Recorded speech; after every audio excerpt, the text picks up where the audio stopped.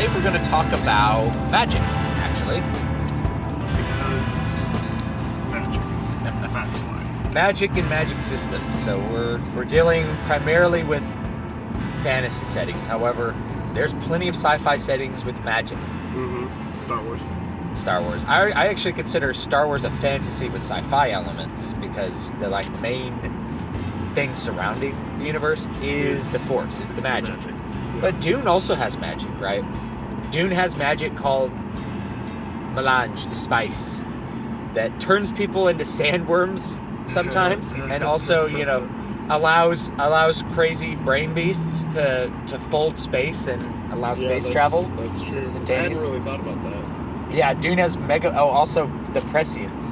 The Atreides prescience, where you can see all possible futures. Yeah. That's that's magic, right? So there's actually a lot of magic in Dune, even though we really think of it as sci-fi. There's a huge amount of magic in it. I didn't even know. There's magic in Star Trek. Well, especially when we talk about, telepathy with different aliens. Counselor Troy. Yeah. What do you feel? What am I feeling at this moment? When I think of magic, I think a lot. I always think of, sword and board fantasy. Sword and horse, you mean? Sword and horse. That's sword and board. Yeah. You're the tank. Sword and board. Yeah. Go take that mop. But I think of that sword and horse magic with very limited technology. You're looking at Renaissance or pre-Renaissance technology. And the reason the technology hasn't advanced is because you have magic. So you have magic that does all of this stuff that technology might have done for you. Yeah.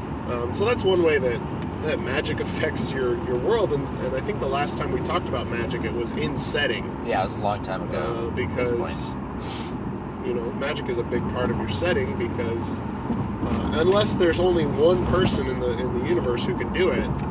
Yeah, magic's basically part of your rule set. Mm-hmm. You want to think about it like that. It's kind of cool to think of it as like an RPG.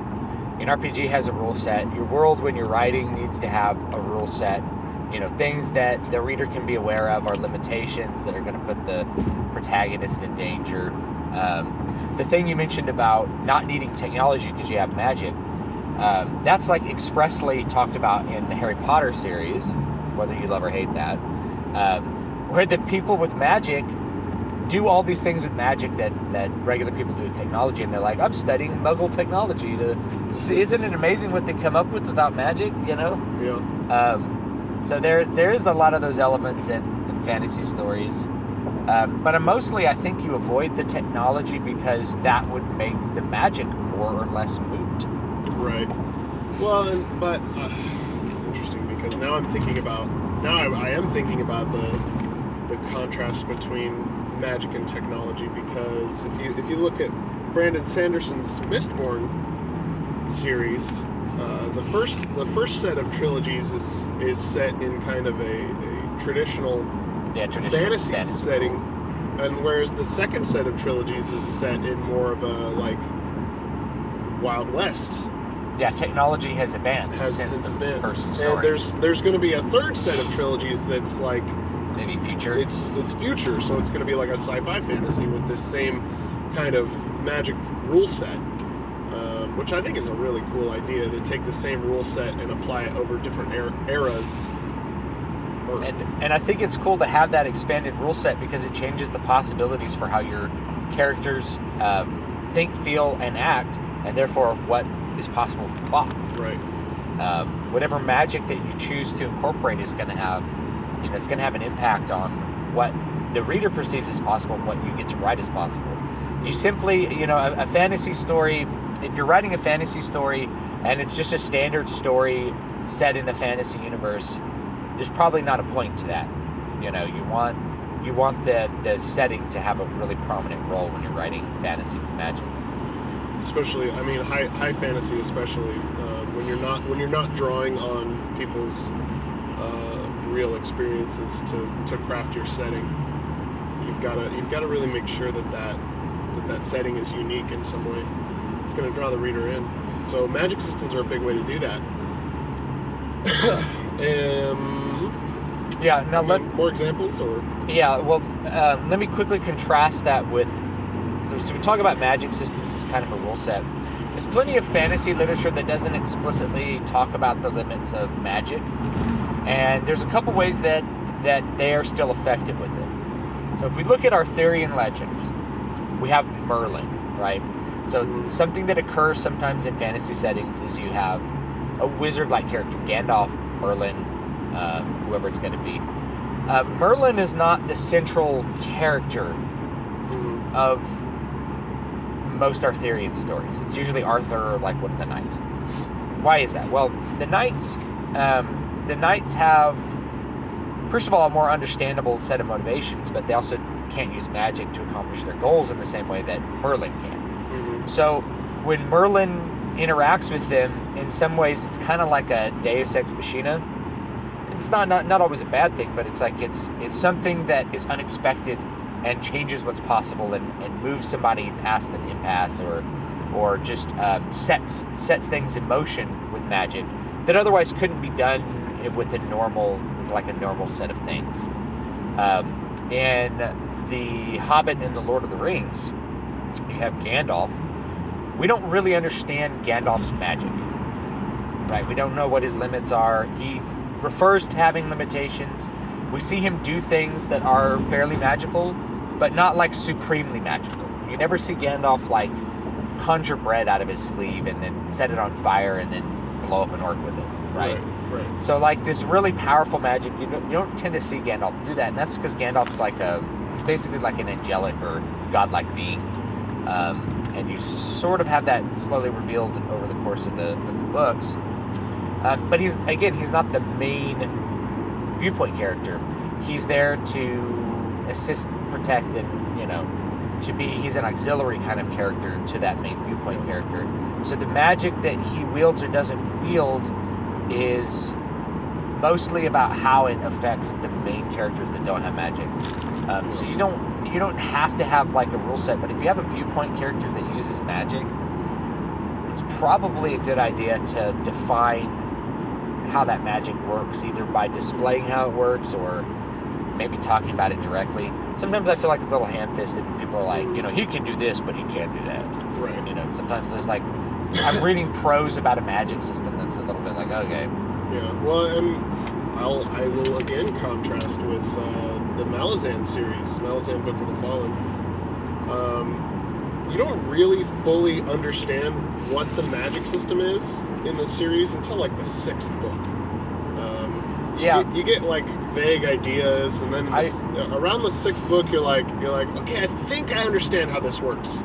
But then even within that, there's no defined rule set, because basically what they use to power their magic is it's almost cultural. So like two people can use this same warren, but they can do completely different things because of training, because of how they were brought up. And even those certain things are disparate, like I said, among the same type of magic. Yeah, so they have this idea where you're gonna and Steven Erikson was actually very effective in this. Very like one of the very first scenes in the entire series in Gardens of the Moon. I think the very first scene was Perrin actually talking to Whiskey Jack, though you don't know it's either one of them until later on, about like avoiding the notice of the gods.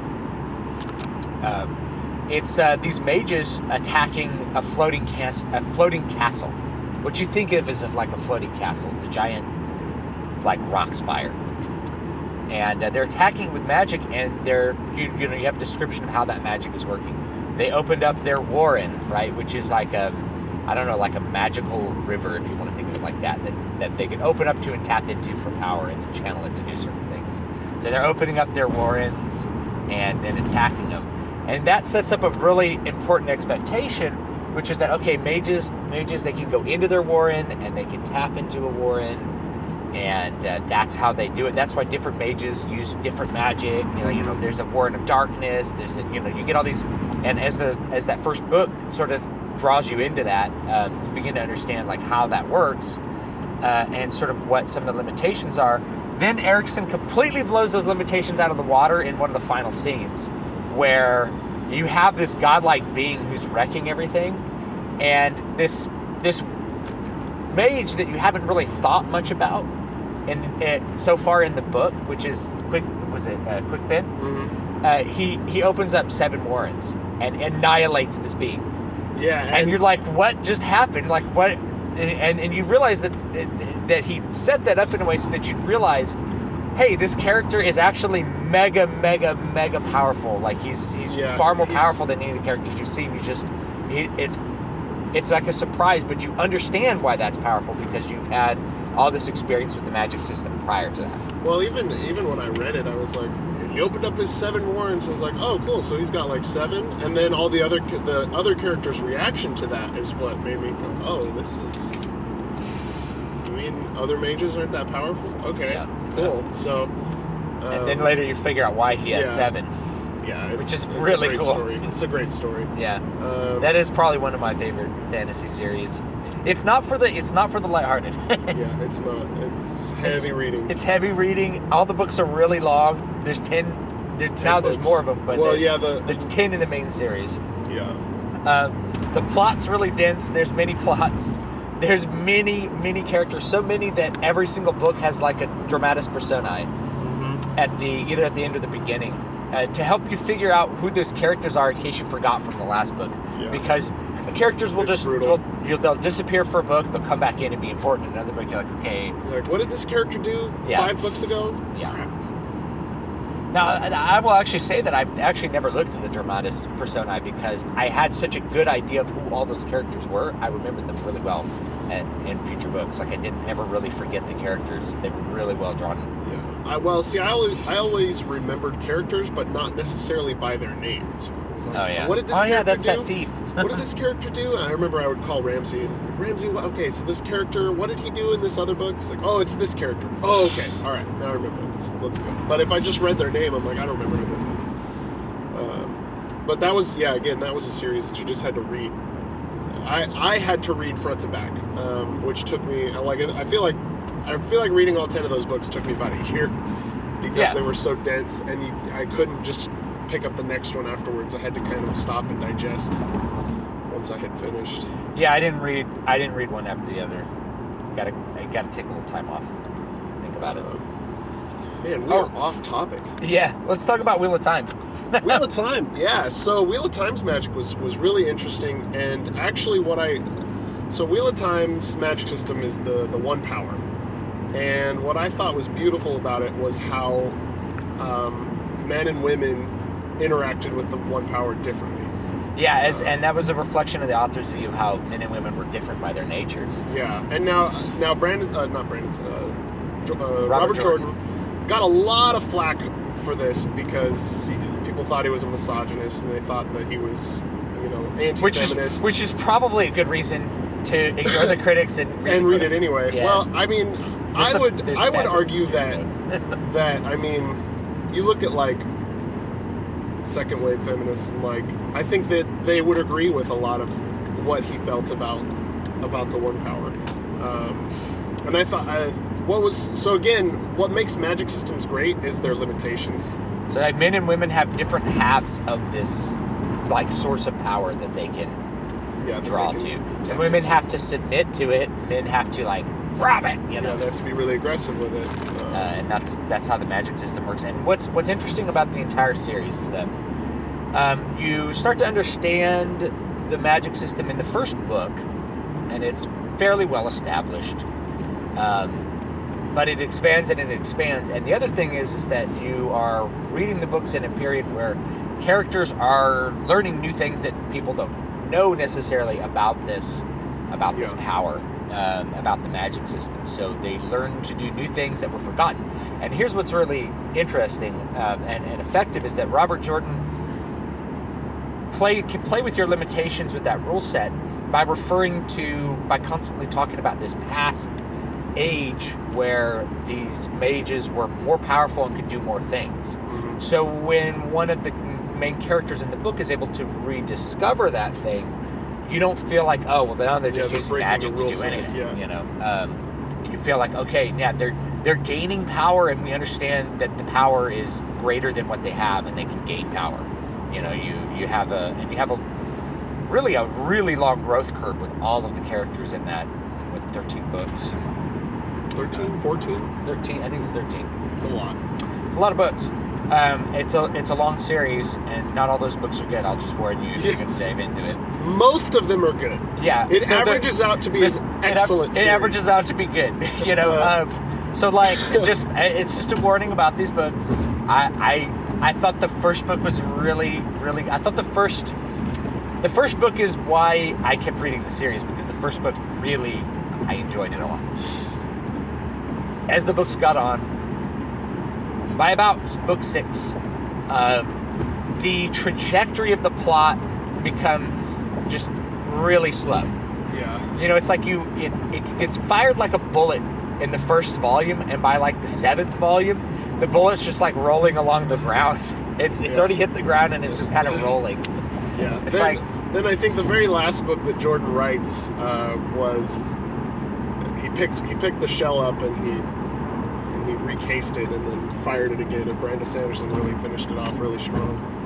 Yeah, so anyway, it's a good one with the magic system, the limitations, the way that it works is sort of set up, and yeah, overall I think it's very effective, and you have to have it that way because most of the main characters are magic users on some level.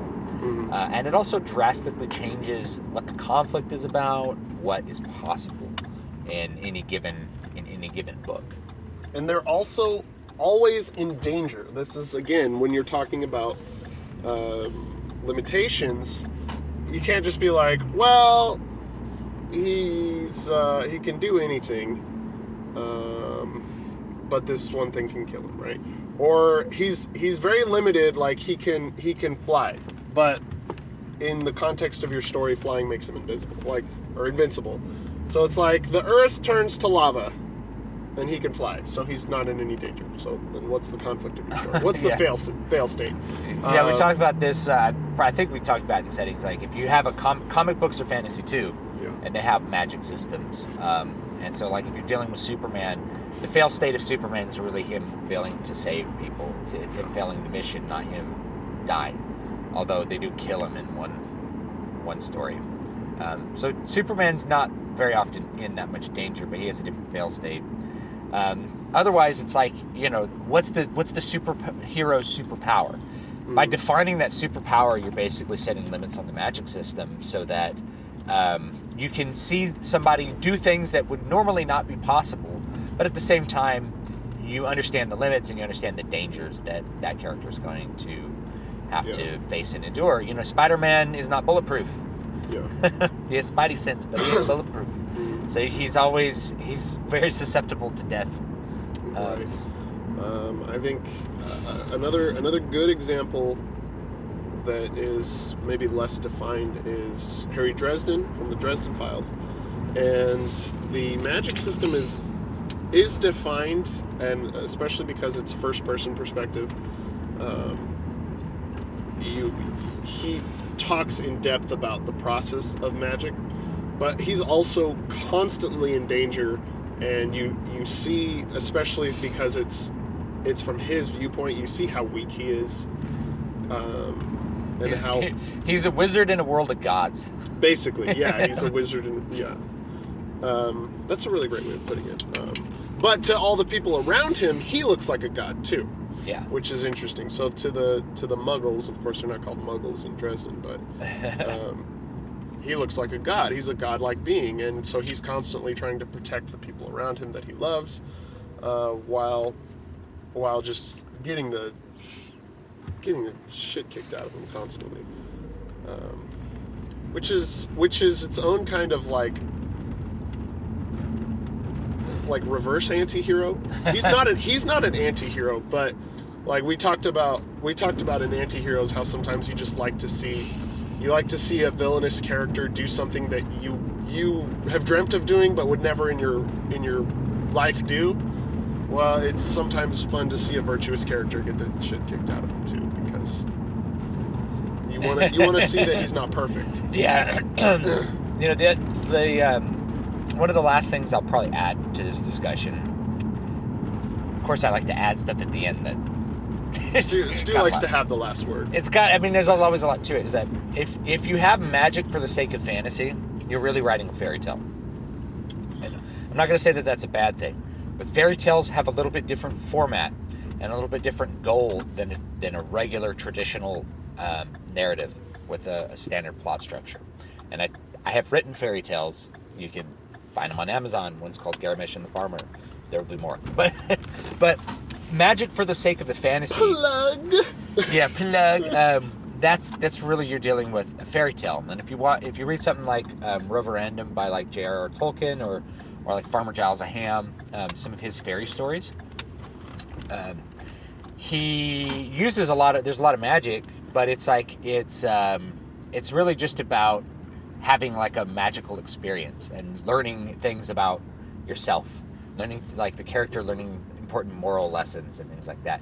So the fact that the magic isn't particularly limited or well defined ahead of time doesn't really matter in that kind of story, because it's not really about the magic. The magic's about having the fantasy so that the person can learn the lessons and experience what they are meant to experience. And I would say usually in a fairy tale, the magic is to make the viewpoint character be out of control. Yeah. To remove control from to remove him from familiarity. Yeah. So the magic's like not really explained in a fairy tale, and it just happens. But that's to continually keep that character like removed from the mundane and removed from mundus and brought to the prim. To use fairy terminology.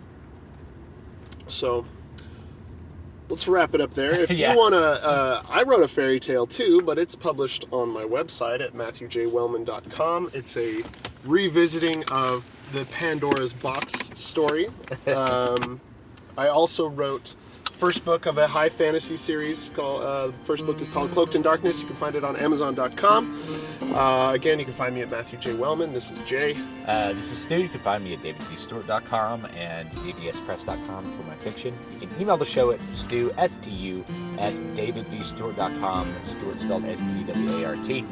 And we will see you next time. Thank you so much for listening.